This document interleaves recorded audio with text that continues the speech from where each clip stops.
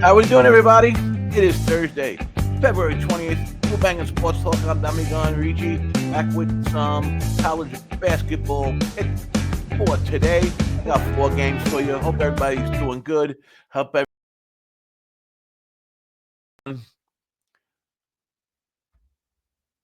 Hopefully everybody had a good night last night. We had a rough one. We had Cincinnati. Did the write-up on Twitter yesterday. We had Cincinnati plus 3.5, and then we had the Cincinnati team total over 63.5. And I thought that, the way Cincinnati's been scoring offensively, the way they even put up 70 points against Ohio State, which is I know it's only 70 points, but that's a good number against a team like that. Then before that, the 3 out of 4 games, over 80 points. A lot of people talked about the same thing. I grabbed the team total over 63.5, which did go up a point during the day. It did open up at 62.5. And I'll tell you, the last 5 minutes of that game were just so frustrating.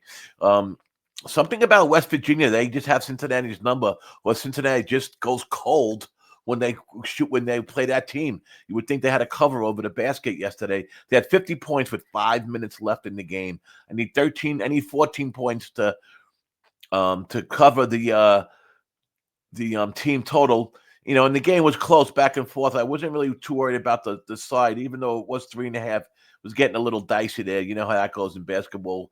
One a foul at the end, or just a wild shot at the end with time running out can get you. But what happened with Cincinnati, last 5 minutes of the game, they only scored 9 points. They get up to 59 points. It was 59-62, a minute left. They missed 2 3-pointers. Maybe it was like 2 minutes left. They missed 2 3-point shots that they could have tied the game. And, it could have even went into overtime. But they didn't. But we got lucky, and we did cover the 3.5. They lost by 3, 62-59.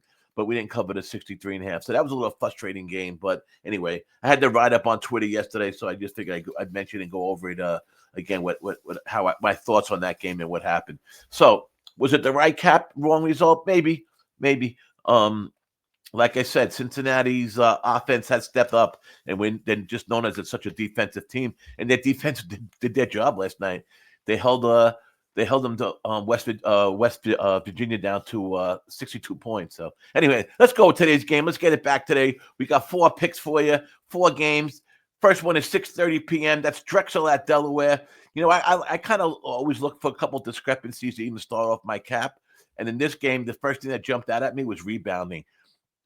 Nationally, Drexel is ranked 27th in the nation on the road in rebound percentage. I was a little surprised at that. I didn't know that was that good in the rebound percentages. A lot of these smaller type schools tonight for a Thursday night. We were talking about that before, myself and DJ Big Boss, on how like last night had so many big matchups and tonight not. But I just feel like they're just trying to get these games in. Conference tournaments are starting real soon, so it gets a little crazy with the scheduling towards the end of the year. But anyhow, let's get back to this game. Drexel, like I said, ranked nationally 27th and on the road in rebound percentage. With Delaware on the road and at home, they just don't rebound the ball. They're ranked 343rd in the nation in rebound percentage. So that does not bode well for a team that doesn't rebound the ball good. Delaware also does not defend the 3. And at home, they defend the 3 worse than on the road. Road teams playing Delaware at home are making almost 38% of their shots.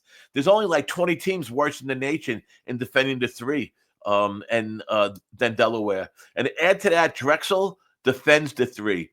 They're holding teams to 31% shooting threes, which is 37th in the nation. So you get especially if you get a home team shooting only 31%, and on the road you're out rebounding. On the road your threes are shooting, and you're getting the threes off, and you're making the shots, average wise. I think it all points to Drexel. I would take this game to the money line. I would take him maybe -1, but plus 2.5 to me was a little bit extra gift. I guess they're saying this game maybe will be neutral on a neutral site, would be a pick 'em or so, but I don't know that. I don't know. All I know is that I took the 2.5 -110 at Bet Rivers. Next game I got on the bucket is Northwestern at Ohio State. Ohio State's off. We had Michigan the other day when they played Ohio State. Ohio State played that game well. That was a big game for them too. And I could see a little bit of a letdown spot today after that 83-86 loss to Michigan, who all of a sudden decided to start playing good ball again. What a weird team this year Michigan was. For a while there in the middle, they were really eating up some money. for me especially. I've lost a couple games with them this year, but we got it back over the weekend a little bit. But anyhow, in this game, I didn't go with either side. I wasn't sure. I kind of liked Ohio State, but Northwestern's a good defensive team. I wasn't ready to make a stand with Ohio State, so I stuck with the total. I took the under 144.5. Minus 110. I would take this under another 4 or 5 points lower. Maybe 140.5, maybe even 139.5. I don't know. But, definitely if I would say if this line was 140.5, I still would have took the under. Northwestern's a good defensive team. They're forcing turnovers, especially on the road. They're average defending turnover at home, but on the road they're better. They're turning over the ball per possession. They're ranked 49th in the nation. So that's a big number for a road team. Ohio State, their D steps up at home. They're on the road, they're not as good as, but at home they normally step up their D. Not that they did so much the other day, but then again, Michigan is a high in the 80s average scoring, so they did do that. They did keep them to that. Anyway, Ohio State at home is allowing almost 14 points fewer per 100 possession than they are on the road. So teams aren't scoring as much at home. The defense seems to step it up. Ohio State also, which I thought was what I really liked about Ohio State, is that 9th in the nation, holding teams to a dismal 29.4% shooting the three. So Ohio State's 3-point defense at home is real good. Only, like I said, they're ranked 9th, so there's only 8 teams better in the nation than that. So I like this under 144.5 minus 110. Again, I bet Rivers. All my bets today were on bet Rivers, all 4. So that was game number 2. Game number 3, 7 p.m. UTEP at Kennesaw. I took Kennesaw a couple times this year. They did well for me, but they seem to be falling off a little by little, I think. And I think UTEP has a good shot to maybe even win this game outright. But I took them plus 3.5, minus 113. And the reason why, UTEP is a good road team. They're in the top 80 defending the three, holding teams at 32%. So they're holding teams on their home court to 32% from the three. There's only 79 teams better than them that do that. Actually, I think they were ranked 76th or 77th.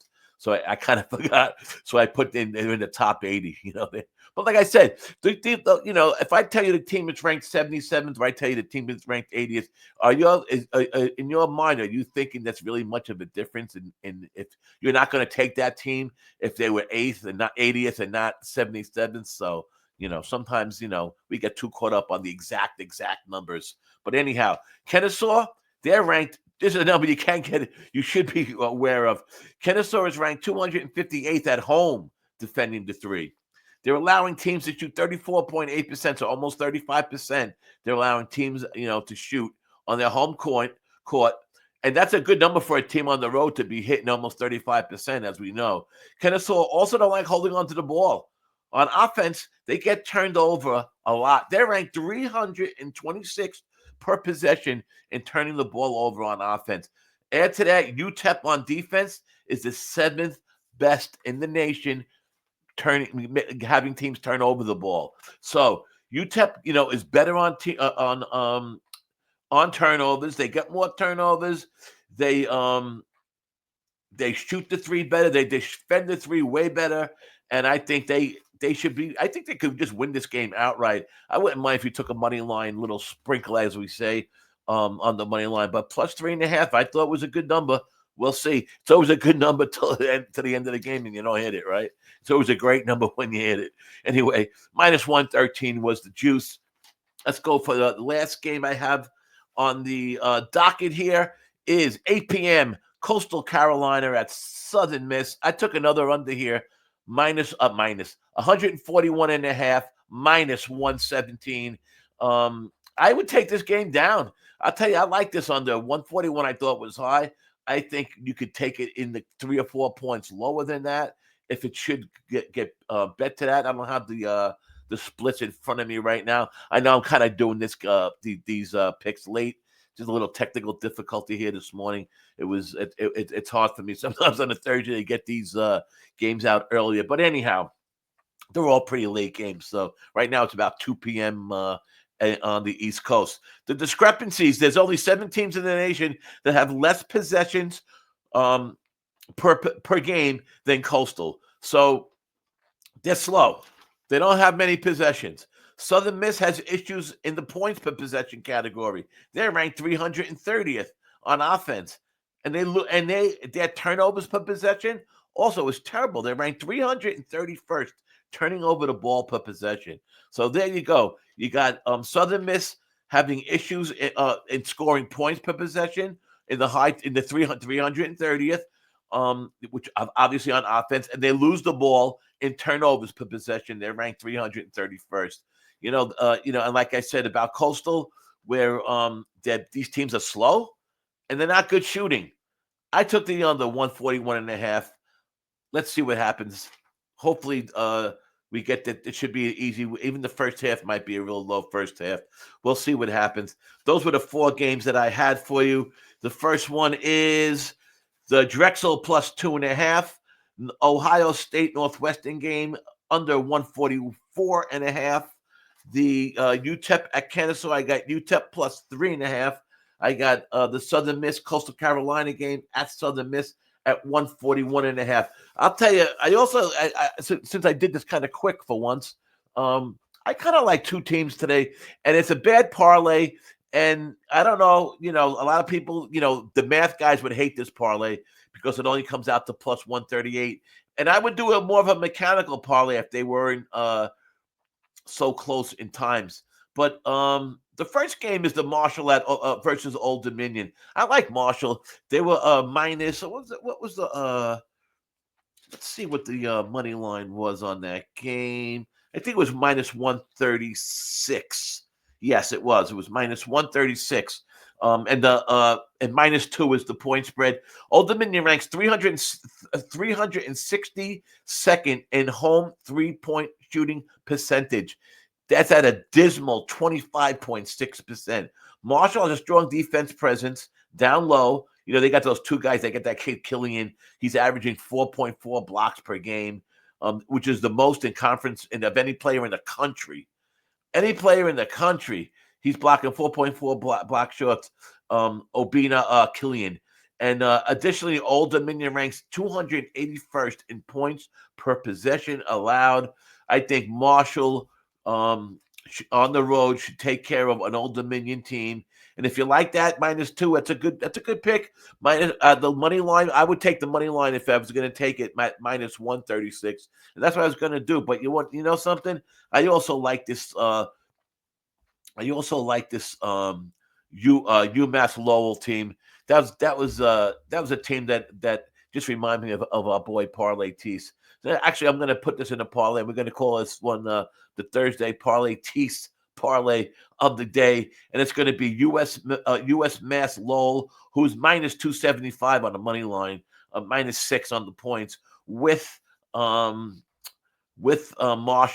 at a plus 138 parlay. I'm going to throw that in as a little extra, only maybe for a half, not only maybe, only for a half a unit, just because it just something striking me about this game. One thing about US Lowell, they're 106th in 2-point shooting percentage, their defense and 2-point shooting defense. I'm sorry, 106th in 2-point shooting percentage on defense, and their offense makes 55.2% of their 2-point shots, and that's ranked 48th nationally. UMBC, they're ranked 355th in rebound percentage and 294th in the opponent's 2-point shooting percentage. So as I just mentioned, the discrepancy, Lowell shoots the ball really well from the 2, and UMBC does not defend that 2-point. I like UMass Lowell in this game. I'm going to throw those 2 in and parlay for my plus 138. So that's what I got for you guys. Hopefully, it was too late to put out these picks. Um, in this game. Actually, one game wasn't changed. That UTEP game did open at +2.5, and I got it at 3.5. So the line went a little bit against me in that game. But listen, I talked about it before. Anybody that really follows me knows I don't let money splits determine on really what's going on in the game. And plus, after I bet it, I'm not gonna cash out of a bet because the money splits go against me, or in case points go against me, unless some kind of a late injury or something like that. So yeah, the money splits are important and stuff, but I don't think they're as important as they used to be. I think that's one of the things that are starting to change. The more and more people that are sports betting, the more and more the legality has become, in more and more states, more and more people. I think the sharps versus squares is a changing thing. I think I think the term squares I always thought was kind of bull, and I just don't, I don't look at things that way. And the way I look at things, so far so good. It's working for me, so I guess I won't change it. Some of us old school cappers still got our ways that still are working. Even though you got to adapt. Remember that. Anyway, I want to go off on a tangent about that. I'll be back again maybe tomorrow. We'll see what kind of games we got. If I got some picks for you, I'll be back tomorrow. But I will definitely be back Saturday morning, 11 a.m. with DJ Big Boss for our We Got Next game. And then we got a special announcement coming up for the Who-Bangin Sports Talk guys, and for all Low Bag Nation. We have a big announcement coming up within the next few days. Maybe Sunday we'll put it out, or definitely by the beginning of next week. So stay tuned for that. And I appreciate everybody helping us out. Hit that like button. We could use some more eyes and ears on our channel. And if you guys, anybody that watches, could spread the word a little bit, it'd be greatly appreciated. We love you guys for joining us. We'll be around. Whether one person's watching or 1,000 watching, we do what we do. So that's how it is, man. Everybody, love you. Dommy going to meet you here for Who Banging Sports Talk. I will see you again maybe tomorrow.